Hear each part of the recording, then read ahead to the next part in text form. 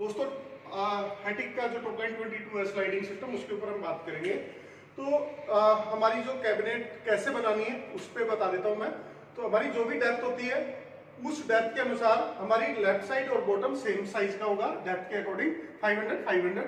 तो टॉप जो होगा वो 500 माइनस 16.5 mm, यानी इससे 16.5 mm कम रहेगा।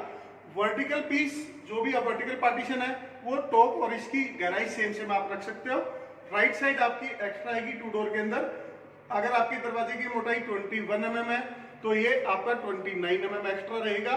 और अगर आपके दरवाजे की मोटाई 21 से ज्यादा 28 mm तक है, 28 mm तक है, तो आपको ये 36 mm एक्स्ट्रा करना पड़ेगा। तो इस तरीके से आप इसको कैबिनेट को बनाएंगे। साथ में मैं आपको एक बात और बताऊं कि इसके अंदर जो चैनल लगती है, जो स्केटिंग है हमारी, ये जो फ्लोर से और ये बॉटम तक का जो एरिया होता है, इसको स्केटिंग हाइट बोलते हैं। ये आपको एसटीबी के हिसाब से आपको 2 प्रकार की एसटीबी आती है। जैसा ये आप देख पा रहे हो, ये एसटीबी 12 है।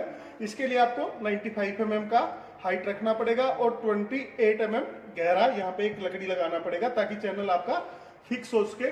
मैं आपको दोनों चैनल दिखा देता हूँ। यहाँ पे ये आपका एसटीबी 12 है और ये आपका एसटीबी 11 है। तो एसटीबी 12 में आपको सामने से स्क्रू लगाने होते हैं तो आसानी से लग सकते हैं, और एसटीबी 11 के अंदर आपको बॉटम से लगाने पड़ेंगे। इस तरीके से ये लगेगी तो आपको ये इस तरीके से लगेगी, तो आपको अलमारी के नीचे से यानी लिटा करके लगाना पड़ेगा। तो एसटीबी 11 और एसटीबी 12, एसटीबी 11 के लिए आपको 70 mm की हाइट रखनी पड़ेगी। एसटीबी 12 के लिए मिनिमम हाइट जो है वो 95 mm रखनी पड़ेगी। दोस्तों, ऊपर की जो चैनल होती है वो आपको इस तरीके से ऊपर से लगानी चाहिए।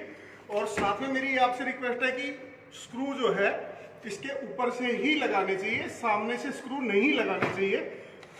ये आपका लगा दिया हमने, इसी तरीके से इसको लगा लेंगे। दोस्तों, साइलेंट सिस्टम टॉपलाइन 22 के अंदर हमें लगाना होता था। एक ये सेम पार्ट आपका लेफ्ट को लगेगा, एक राइट को लगेगा, और इसके अंदर ये जो पीस होते हैं ये आपको इस तरीके से लगाने चाहिए।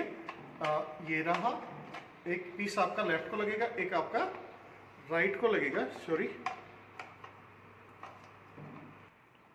ये आपका स्क्रू है और ये मैंने इसको टाइट कर दिया।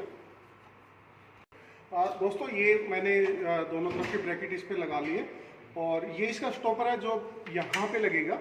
अब इस होल का जो डिस्टेंस होता है वो अकॉर्डिंग टू ओवरले के लिए हिसाब से आपको ट्रायल करना पड़ेगा, क्योंकि ये जो दूरी है ये मैं आपको बता नहीं सकता। बट ये जो यहाँ से ये जो दूरी है ये 35 mm रहेगी।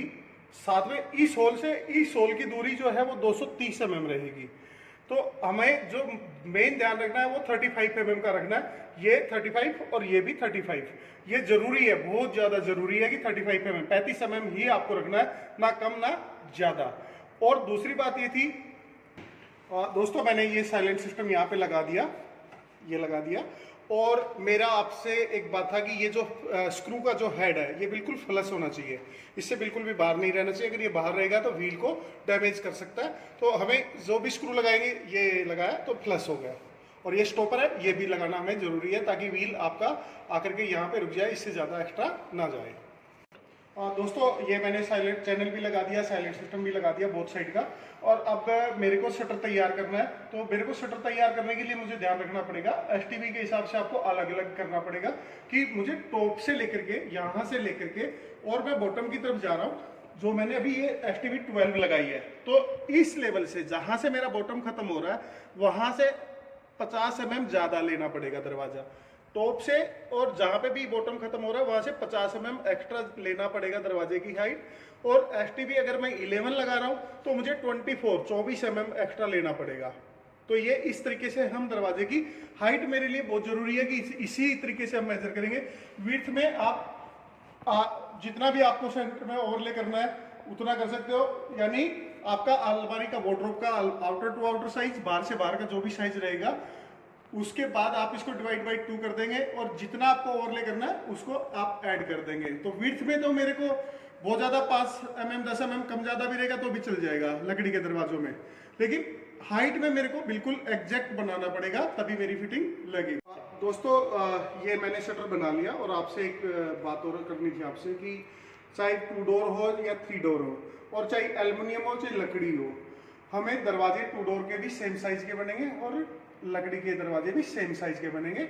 यानी अगर FTB 12 हम लगा रहे हैं तो बॉटम से नीचे जो जाएगा दरवाजा 50 mm एक्स्ट्रा बनाना पड़ेगा, और FTB 11 लगा रहे हैं तो 24 mm बनाना पड़ेगा, चाहे वो 2 डोर हो चाहे 3 डोर हो। और दूसरा चाहे एल्युमिनियम हो चाहे लकड़ी हो।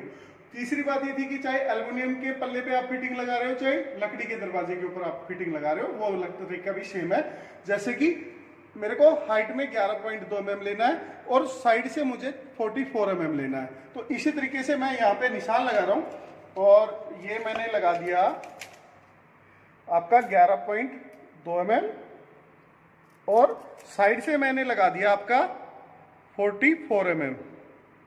ये मेरा 44 mm हो गया, ठीक है। ये मैंने इसको राइट एंगल से बड़ा कर लिया, ये मैंने लगा दिया बड़ा और साइड से भी मैंने कर दिया। और दोस्तों चाहे मेरे दरवाजे की लेफ्ट की फिटिंग हो चाहे राइट की फिटिंग हो, ये तरीका सेम रहेगा, इसके लगाने का तरीका सेम रहेगा मेरा। तो ये मैंने लिया फिटिंग और इस तरीके से मेरा जो ये पहला क्रॉस हुआ था, ये जो निशान आया मेरा, ये आपका ये पहला होल का सेंटर मैच कर जाएगा, ये लो। और उसके बाद फिर मैं इस तरीके से यहाँ पे और इधर भी आपका स्क्रू डाल दूंगा मैं। सेम चाहे मेरी 2 डोर की फिटिंग हो चाहे 3 डोर की फिटिंग, सेम लेफ्ट और राइट सेम रहेगा, कोई फर्क नहीं रहेगा, साइज सेम रहेगा। ऊपर से 11 mm है, 11.2 और साइड से 44 mm है। दोस्तों जैसे हमने ऊपर का मार्किंग किया, अब हम आपको नीचे का कर लेते हैं। तो ये FTB 11 है और ये FTB 12 है, यानी दोनों का तरीका सेम है लगाने का, उसमें कोई डिफरेंस नहीं है। तो मैं आपको दिखा देता हूँ, चाहे आपका 2 डोर हो चाहे 3 डोर हो, ये भी तरीका सेम रहेगा आपका। कि आपका जो है बॉटम से 19 mm पे होल है, चाहे FTB 11 हो चाहे FTB 12 हो। तो मैं नीचे से आपका 11 mm पे एक निशान लगा लेता हूँ, ये 19 mm पे एक निशान लगा लेता हूँ। ये 19 mm था और ये मैंने निशान लगा लिया। दूसरा मेरे को ये साइड से कितना लगाना है, तो साइड से आप मान के चलिए कि 85 है और प्लस ओवरले, जो भी आपकी कैबिनेट की मोटाई है उतना आपको एक्स्ट्रा लेना पड़ेगा। तो 85 और प्लस ओवरले यानी 20 है तो 20 आपको जोड़ना पड़ेगा। और ये जो 85 mm है ये व्हील का सेंटर पॉइंट है, इस तरीके से। तो इस तरीके से हम निशान लगा लेते हैं। तो हमारा जो आ रहा है वो 20 mm के आसपास ये ओवरले आ रहा है और 85 mm ये हो गया, तो मेरा ये 105 mm हो गया है। ये तो मैंने ये 105 mm पे एक निशान लगा दिया और मैं इस निशान को बड़ा कर लूँगा।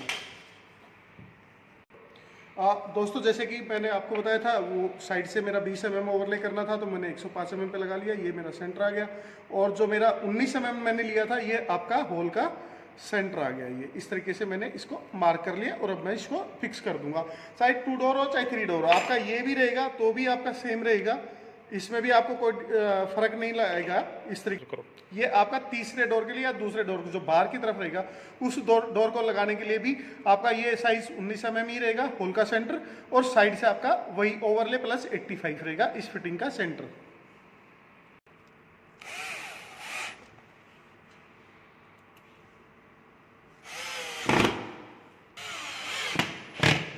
ये लगा दे।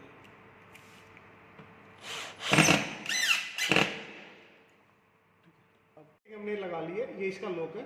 अगर आपको साइलेंट सिस्टम नहीं लगाना है तो आपको कुछ भी नहीं करना। जब लॉक ये लॉक है, आपको दरवाज़ा लगाने के बाद इसको इस पोजीशन में करना है। और मेरे को साइलेंट लगाना है तो मैं इसको फिटिंग को लगाते वक्त ये जो नीचे के 2 होल है इसके द्वारा ये लगा दूंगा। और साथ में मैं लगा देता हूँ इसको साथ के साथ।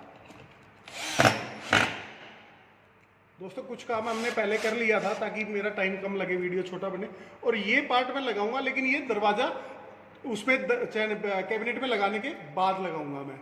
तो ये मेरा अभी के लिए फिटिंग लग गया है, ऊपर का भी और नीचे का भी मेरा फिटिंग पूरा लग गया। दोस्तों ये मैंने ऊपर की फिटिंग लगा दी है और ये भी है, ये साइलेंट सिस्टम को लगाने के लिए। इसमें आपको एक ध्यान देने की बात है कि ये जो पंच किया हुआ पार्ट है ये अंदर की तरफ जाएगा, इस तरीके से रखना है आपको, ठीक है। और मैं इसको लगा देता हूँ। ये फिटिंग लगाते वक्त ही मेरे को लगाना पड़ेगा। दूसरा ये जो पार्ट है, ये एक्टिवेटर है, इस पे आपके दरवाजे की मोटाई के हिसाब से या तो आपका 29 पे रखना है या आपको 36 पे रखना है, और ये आपका इस तरीके से लगेगा। और ये इसका स्क्रू है, ये भी तभी लगेगा जब आप इसको दरवाजे को वहाँ पे लगाने के बाद, कैबिनेट में लगाने के बाद। बट मैं आपको दिखा रहा हूँ ताकि आपको दिक्कत ना आए कि मैंने जानबूझ के टाइट नहीं किया, कैबिनेट में पल्ला लगाने के बाद, पूरा दरवाजा लगाने के बाद फाइनली मैं इसको लगाऊंगा। तो इस तरीके से आप लगाएंगे, शायद अंदर से वीडियो इतना अच्छा नहीं आता, इस वजह से मैंने इसको लगा दिया है आपका। ये इस तरीके से रहेगा, आप इसको आगे पीछे कर सकते हो, एडजस्टमेंट है इसमें। दोस्तों ये नीचे की फिटिंग है, ये भी 19 mm था और जो मैंने आपको बताया था वैसे लगाएंगे। दूसरा मैं आपको एक बात और ध्यान दिलाना चाहता था कि ये जो पार्ट है, बाहर वाला जो पल्ला रहेगा, यानी चाहे 2 डोर हो चाहे 3 डोर हो, ये थोड़ा सा फिटिंग नीचे की तरफ आना चाहिए ताकि पल्ला इसमें से क्रॉस कर सके। तो ये मैंने ऊपर का फिटिंग और नीचे का फिटिंग पूरा लगा लिया है। अब मैं दरवाज़ा वहाँ पे आपको लगा के दिखाऊंगा। दोस्तों ये स्टॉपर होता है, जब मेरा शटर लगेगा तो एक ऐसा होता है कि वेट की वजह से अंदर जा सकता है। तो ये मैं चैनल के पीछे की तरफ इस तरीके से इसमें स्क्रू कर दूंगा ताकि चैनल वेट की वजह से अंदर ना जाए। ये पार्ट लगाना जरूरी है, चैनल को सीधा रख करके आप इसमें से स्क्रू डाल देंगे। दोस्तों दरवाजे को लगाने के लिए हमें सबसे पहले नीचे के उसमें ट्रैक में लगा करके, और फिर हम दरवाजे को ऊपर उठा लेंगे इस तरीके से। इस तरीके से हम इसको लगाएंगे, ये रहा, और ये लग गया। तो मेरा जो अंदर का दरवाजा है वो बाहर के ट्रैक में रहेगा और जो बाहर का दरवाजा है वो अंदर के ट्रैक में रहेगा। इस तरीके से ये मेरा फर्स्ट क्लास चल गया, कहीं पे कोई दिक्कत नहीं है।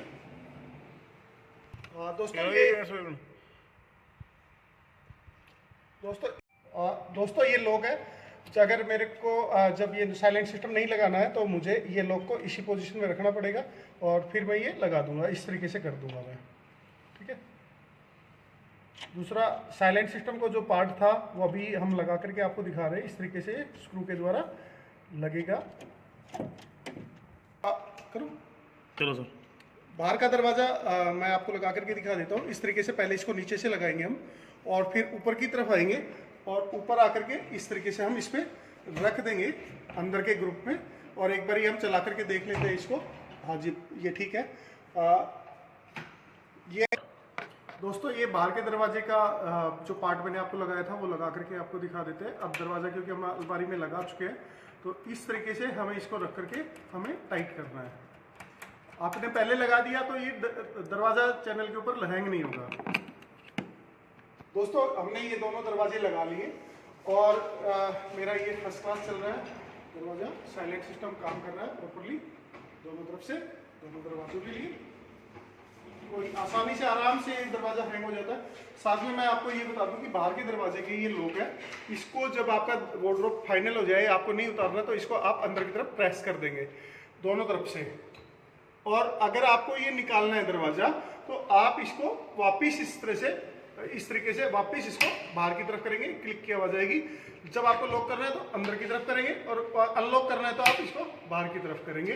दोनों तरफ से ये जरूरी है, इसको लॉक करना चाहिए ताकि दरवाजा इन एनी केस किसी भी तरीके से कोई भी वजह से दरवाजा बाहर ना निकले।